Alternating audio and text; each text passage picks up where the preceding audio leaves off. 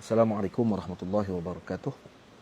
Kita menyambung kembali perbahasan yang ketiga bagi siri yang telah lalu. Kita bahaskan berkenaan dengan adakah diitlakkan kalimah Islam ataupun Muslimun kepada umat terdahulu selain daripada umat Nabi Muhammad sallallahu alaihi wasallam. Dan kita telah nyatakan bahawa terdapat khilaf dengan perkara tersebut, bahawa sebahagian ulama seperti al-Imam Ibn Salah mengatakan bahawa diitlakkan Muslimun dan Islam itu sendiri kepada umat terdahulu.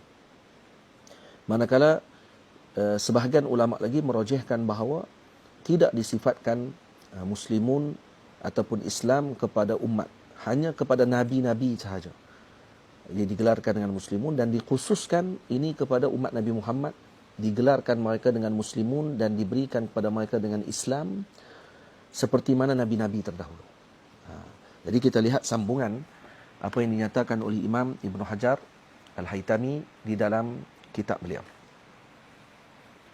Kata Al-Imam Ibn Hajar Al-Haytami rahimahullahu ta'ala, sambungan kepada apa yang telah beliau nyatakan, وَحَاسِلُ هَذِهِ الْآثَارِ عَنْ هَؤُلَاءِ الَّذِينَ هُمُ الْأَئِمَّةُ الدِّينِ وَالسَّلَفُ الْمُفَسِّرِينَ مِنْ الصحابة والتابعين وأتباعهم أن الله سمى هذه الأمة مسلمين في الكتاب وهو اللوح المحفوظ وفي التوراة والإنجيل وسائر كتبه المنزلة وفي القرآن.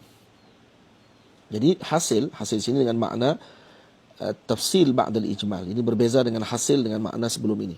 Hasil di sini dengan makna muhassil, yaitu al-ijmal ba'da tafsil. Baik. Hasil daripada asar yang telah dinyatakan, an haula'il ladzina humul a'immah ad-din wassalaful mufassirin min sahabati wat tabi'in wa atba'ihim anna Allah samma hadhihi al-ummata muslimin. Allah menamakan umat ini umat Nabi Muhammad ini dengan muslimin fi kitab, dalam kitab, dalam lauh mahfuz, iaitu maksudnya kitab di sini ialah lauh mahfuz, dan di dalam Taurat, dalam Injil, dan dalam seluruh kitab-kitab yang diturunkan oleh Allah dan dalam Al-Quran. Wa annahu ikhtassahum bihadzal ismi min duni sa'iril umami, yaitu dikhususkan nama Islam ini, Muslim, kepada umat Nabi Muhammad, bukan kepada selain daripada umat Nabi Muhammad. Wa yasihhu ruju'u dhamiri huwa li Ibrahim kama qalahu ibnu Abi Zaid liqawlihi rabbana waj'alna muslimaini laka wa min zurriyyatina ummatan muslimatan lak. Dan sah untuk kita katakan bahawa dhamir huwa pada ayat huwa sammakumul muslimin ini kepada Nabi Ibrahim, seperti yang disebutkan oleh Ibnu Abi Zaid, yang seperti doa Nabi Ibrahim, rabbana waj'alna muslimain, jadikan kami muslimain, yakni siapa muslimain? Da'a bidzalika li nafsihi wa li waladihi. Beliau berdoa kepada dirinya Nabi Ibrahim dan kepada anaknya. Wahuma nabiyan, kedua-duanya nabi. Summa da'a li ummatin min zurriyatihi wa hiya hadhihi al-ummah, ni umat Nabi Muhammad ni. Wa li hadha aqabahu bi rabbana wa ba'ath fihim rasulan minhum. Yaitu wa huwa nabiyuna ijma'an. Itu nabi kita Muhammad sallallahu alaihi wasallam. Maka tak ada masalah. Kerana apa? Kerana Nabi kita, Nabi Ibrahim AS Nabi, Nabi Ismail Nabi, Nabi Ishaq Nabi. Maka mereka digelar dengan muslimin. Ini tidak bercanggah seperti mana dinyatakan oleh Al-Imam tadi, iaitu la yusafu bihi ahadun minal umami sabiqah siwal anbiya'i faqat. Nabi-nabi saja digelar. Tamam? Jadi kalau kita baca dalam pernyataan ini yang dinyatakan ni dalam paku iman disebut, ini wajib kita i'tiqad ke semua mereka itu daripada Nabi Adam hingga sampai kepada Nabi Muhammad, sekalian mereka itu agamanya ialah agama Islam. Ya, betul. Yang tidak bercanggah. Betul. Kerana inna ad-dina 'indallahil Islam. Baik. Maka barang siapa i'tiqad atau berkata Nabi Musa agama Yahudi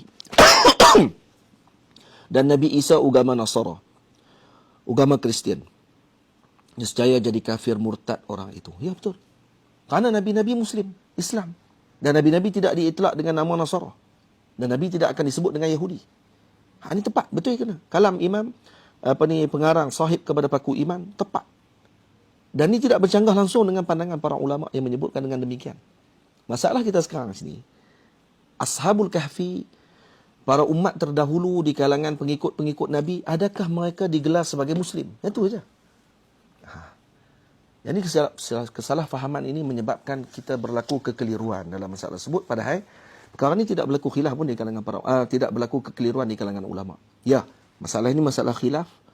Jadi pandangan sebahagian mengatakan Ibnu Salah menyebutkan demikian. Baik, kalau kamu berpegang dengan pandangan tersebut, jangan mengatakan bahawa yang menyebutkan bahawa kelompok yang bukan Nabi di kalangan umat terdahulu, mereka adalah Masihiyun atau diterjemah dengan Kristian dan seumpamanya, dianggap sebagai sesat, kafir dan seumpamanya. Ini silap dalam pandangan tersebut. Jadi kita kena berhati-hati, dan ini disebutkan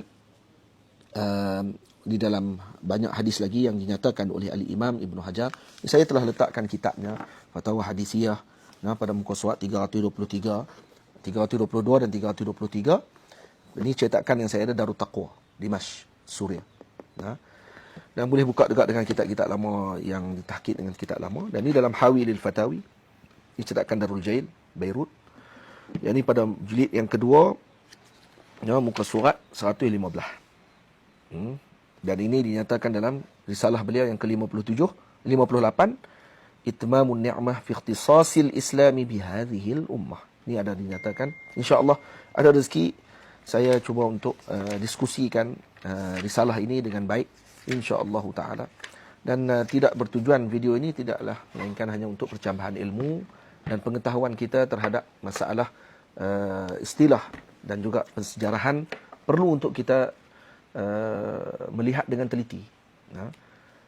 Dan jangan dengan hanya muyul politik ataupun seumpamanya menyebabkan kita jadi ingin mempertahankan dan juga kita ingin menidakkan kelompok yang berbeza dengan kita dan menuduh pula orang yang menyebutkan tentang perkara ini sebagai penyokong kepada pihak-pihak tertentu.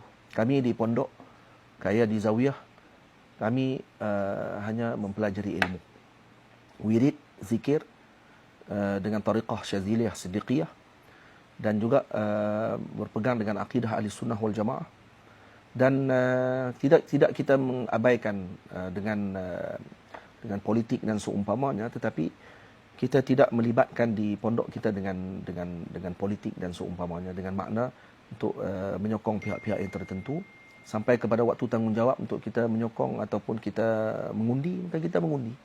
Jadi ini tidak ada kaitan langsung dengan politik dan seumpamanya. Ini moga-moga dapat ilmu dengan apa yang kita bahaskan, dan seperti saya nyatakan kitab-kitabnya. Maka yang pandai, yang ngerti, insaf, maka dia akan melihat dengan pandangan yang jitu. Tapi yang tidak lagi boleh untuk membaca kitab-kitab Arab dan seumpamanya, saya cadangkan untuk kita pelajari dengan lebih mendalam daripada guru-guru yang muktabar. Assalamualaikum warahmatullahi wabarakatuh.